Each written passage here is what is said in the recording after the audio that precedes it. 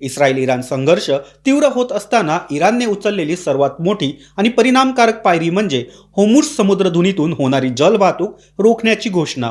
ही केवळ सामरिक हालचाल नसून जागतिक अर्थव्यवस्थाच्या नसा दाबणारी रणनीती मानली जात आहे. कारण हा समुद्री मार्ग फारसच्या आखाताला अरबी समुद्राशी जोडतो आणि जगातील सुमारे 18 ते 20% कच्चे तेल याच मार्गावरून वाहून नेले जाते. दररोज जवळपास 1.8 ते 2 कोटी बॅरल तेल या समुद्रधुनीतून जगभर पाठवले जाते.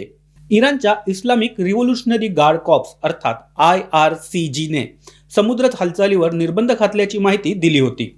काही तेल वाहतूक जहाजांना पुढे जाण्यास मनाई करण्यात आल्याचे वृत्त देखील समोर आले.